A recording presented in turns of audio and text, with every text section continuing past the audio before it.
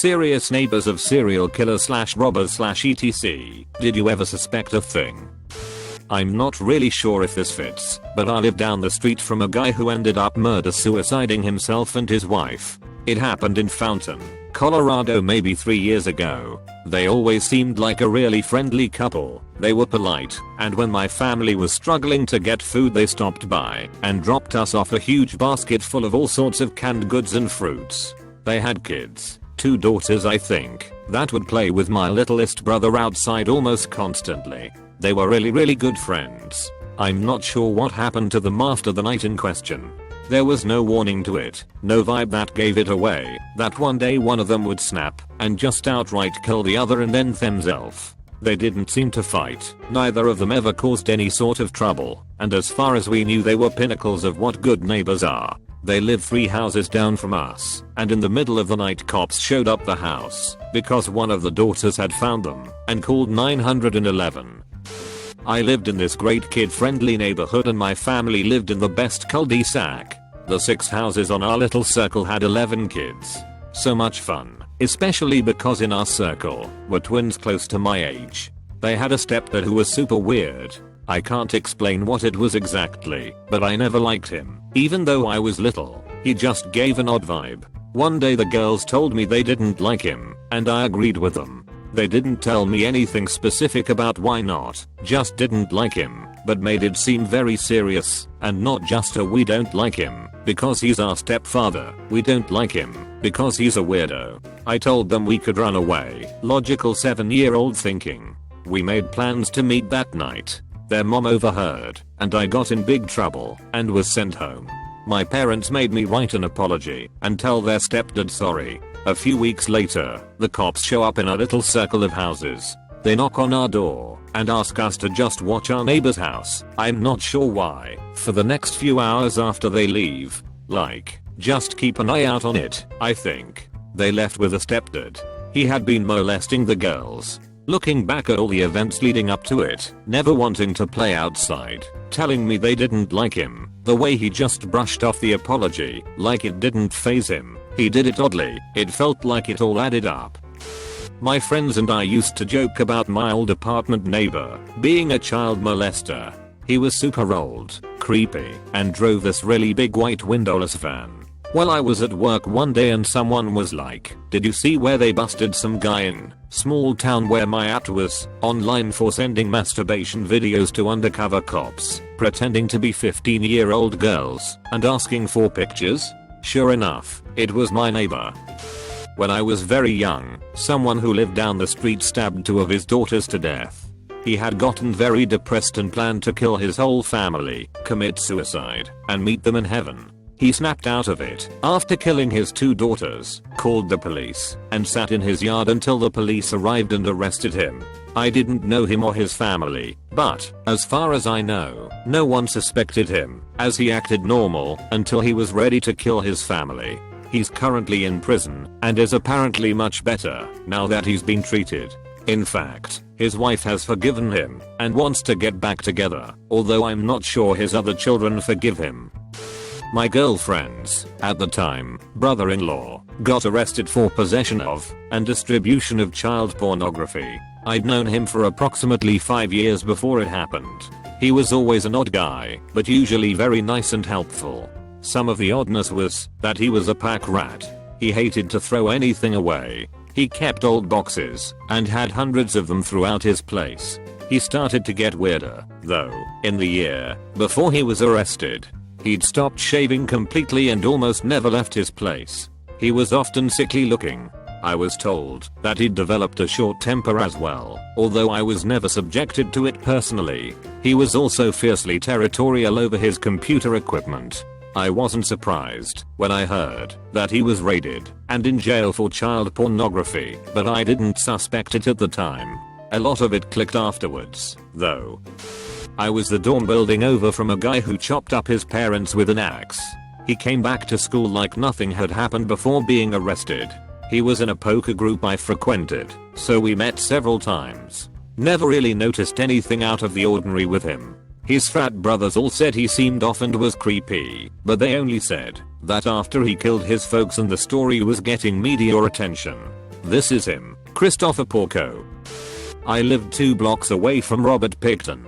His property was a medium-sized swathe of land opposing the local high school I attended. From outside perspective it was nothing special. I'd walked beside that property every Wednesday for over 4 years and had never seen him once. It came as a shock to everyone in the community when they overturned the entire property with heavy machinery and found the horrendous state of some of the remains within the soil. Here it's still a sensitive topic for most, especially since an elementary school was built over former Pickton land before he was convicted. We had a neighbor growing up named M, and he had a daughter named K who my brother's age. He would always ask my brother for help with things and I would tag along. He would try to get K to hang out with my brother, but not with me, and I'm a girl. My brother would have sleepovers there, which is extremely strange considering him and K were of opposite genders and were about 11 to 12 years old. M ended up being arrested for child pornography, and it came out then that he was an avid member of NAMBLA as well. My brother would never say if anything ever happened to him while he was there, but he was super protective of M. That made my parents suspicious as hell, but there was never proof. I was also told by my parents that we had a pedophile as our upstairs neighbor when I was 3 and my brother was 6. One day my brother disappeared and we couldn't find him. My parents went around the neighborhood looking for him. As they were going back in, my brother exited the neighbor's apartment. I was told he had no expression and wasn't reacting to anything. He never said whether anything happened though. He doesn't even remember being taken. The guy was later arrested and charged from a different incident. No one ever suspected anything. M was a pillar in our community and volunteered a lot. Also was the HOA president where we lived. Late to the party, but when I was growing up in suburbia, we lived next to a beekeeper.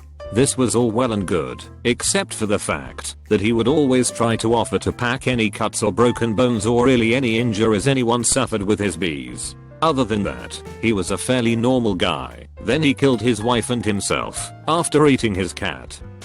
My coworker of 2 years murdered his girlfriend. I did not really like him. Our personalities clashed, and I thought he was a bit of a dickhead.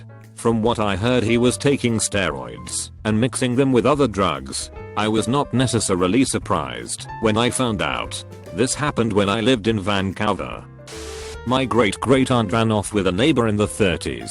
My grandmother said the man had always scared her, even though she was small at the time, and the great-great-aunt's mother had told her daughter flat out, when she learned about the affair, that she shouldn't trust him, because butter wouldn't melt in his mouth. My grandma said that she thought that meant that, even though the man was funny and charming and always seemed cheerful, apparently a lot of other people thought he was a great guy. It was in sort of a calculated way. She said his smile never seemed to reach his eyes. They ran off together, and a few months later he shot her to death as she was hiding in a closet. I learned about the story because my great-grandmother's family Bible had George shot her as cause for death. When I was a junior in college, a friend of mine was arrested for distribution of child pornography. Apparently he had a whole big collection and was posting it online and sharing it with other internet pedos. I'd known this guy since we were 12. He had a great sense of humor, smart as hell, and just generally friendly and nice. He even had a great relationship with a really pretty and fun girl. Definitely nobody saw it coming. I went to high school, and one of the teachers was always seen as a cool smart guy. What's interesting is that this particular boarding school has employees go through numerous psychological tests and background checks because they've had issues in the past with adults who exploit children. The boarding school enrolls everyone from newborns to high school seniors. The only thing that ever seemed off about him was that his license plate said his last name with the number 69. Students would joke about it or find it creepy. Fast forward half a year, and I'm watching the local news when I see this guy's mugshot. Apparently he began teaching at a different school and was accused of molesting at least one boy. I later found out that he was born in 69, but obviously that's not a smart number to put on your plate if you're going to do what he did. Funny, I asked my mum the other day if she had any experience with this. She started telling me about this friend her and my dad used to have before I was born. Let's call him Rick. Rick was a handsome man, very handsome. Mum said Rick could light up a room with his charm and wit and always had very beautiful girlfriends. Both my mum and dad were very fond of him and spent long evenings drinking, laughing, and sailing boats and whatnot. My mum got really ill, she got pneumonia, and my dad worked full time. So once she was well enough to go home, she was basically bedridden and left home alone for most of the day. One afternoon, Mum was woken by the sound of clanking and footsteps. She weakly called out, asking if it was my dad. Rick sticks his head round the door frame. She said it was a nice surprise to see him, but she wondered what he was doing here. He just said he was really worried about her and if she needed a cup of tea or some toast. Mum kindly declined and said not to worry himself and that my dad would be home soon anyway. He smiled and said that he would let himself out and disappeared round the corner of the door frame. My mum closed her eyes to go back to sleep when a thought popped into her mind. How did he get in? Then she starts hearing shuffling noises coming from downstairs. Rick's still here. 20 minutes go past and she can still hear him pacing around downstairs. She starts thinking to herself that she would like him to go now, and where the hell is my husband? When dad finally comes home, Rick has left, and they think nothing more of it. 2 weeks later, Rick is arrested and everyone is shocked and upset, especially my parents. He was charged for the murder of a woman and an infant and found guilty. Mum and dad were still fond of Rick, and mum was still ill, so dad went by himself to visit him in prison. Mum said he was visibly shaken when he came home, and mum asked him how Rick was. Dad said that Rick was walking around a local park one late afternoon, and he saw a young mother and her child out for a walk. He said he followed them briefly before introducing himself. He said he thought the mother was quite attractive, and he wondered what it would feel like if he strangled her to death. So he described how he led them into a shadier area and promptly strangled the mother in front of the child. Then, he turned to the child and broke his neck with his bare hands and left both their bodies in the daylight. Then, he let himself into my mum and dad's flat through an open window and spent half an hour deciding whether or not he wanted to murder my mother. In the end he didn't, because he said it looked like my mum was dying anyway. My dad was horrified and said he'll never visit him again or talk to him. I was pretty shocked when I found out about this. I'm 23 and I never heard them say anything about it. I guess it shocked them just how close they came to murder, and from someone they loved and trusted. My 7th grade math teacher was a really flagrant creep. Had a bunch of pictures of one of the female students hung up around his room and allegedly got mad at her when she tried to take them down. And we spent class time watching a cell phone video he had on his computer of one girl covered in mud in a riverbank at a field trip. And we spent class time watching 3 girls dance to Backstreet Boys in the front of the class. Every one of these girls was blonde and of above average attractiveness. So, yeah. After that year, he did not teach at our school anymore. Ended up getting a job at an adjacent school where he apparently initiated a lot of contact outside of class with a female student who was on the track team, which he coached. Apparently he gave her a lot of gifts like new pairs of running shoes and stuff. And, I mean, I don't know the full story, but it ended up with him groping her in his car in a parking lot. Far as I know, he's still in jail, and whatever he gets is too good for him. Super fucking obvious in retrospect, but the thing is that 99% of the time he wasn't doing creepy shit. He was being the cool teacher who made jokes and whose class everyone looked forward to and shit. So when we spent time on things like watching girls dance or watching a video of a girl at the river, we just saw it as the teacher who was our friend letting us waste time on things that were more fun than learning. Math. We also wasted class time on other things that didn't involve watching 13-year-old girls, so they didn't stand out to a bunch of dumb kids at the time, and it's only retrospect that all those things become really fucking creepy. Having pictures of the girl taped up around his class was something we all saw as creepy at the time, but 7th graders are fucking stupid, so we just treated it as a joke without realizing that, wait a second, this guy's actually fucking dangerous. Makes you realize how vulnerable people are even at that age. Not really a neighbor, but like 10 houses down the street from me. Didn't suspect a thing, but then my mother, who works in the local convenience store, visited one day saying that a guy who also lives on my street came in effing this and effing that, super angry, and saying how he was going to kill the pedo down the street. Turns out the pedophile tried to invite his 6-year-old daughter in for treats. He was convicted before and was actually breaking his parole by moving to my town.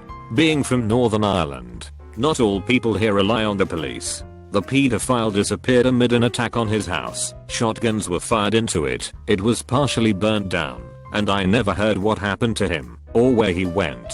Street justice hasn't properly gone away here. Not any of those, but when I was 11, I found out I'd been living right across the street from an abandoned house containing over 100 cats, starving and resorting to cannibalism. Apparently the owners had moved out about 2 months after I got there and left an absolute massive load of cats behind, and they had to send in crews with gas masks and all the works because of the stench. We could smell something weird at times, but aside from that, we had no idea. My aunt lived up the street from Robert Burdella for a couple of years. We went to his store Bob's Bizarre Bazaar a few times, but I was too little to remember. She said he was nice, but mostly kept to himself. She never thought anything of him really. He was just a dude up the street. She moved just a few weeks before that man escaped from Burdella's house. She said that looking back there were no red flags or anything suspicious. She said that knowing those horrible things were happening just a few yards away from where she slept gave her nightmares 4 years after the news broke. Kansas City is kind of fucked up place. My aunt on the other side of the family went to church with BTK. I think he was even a deacon or something in their church. She said that she never liked him and thought he was a creep. She never would have thought he was capable of that kind of evil, but that there was something very off about him. She mentioned not liking the guy long before he was a suspect in the killings. Wichita is also kind of a fucked up place.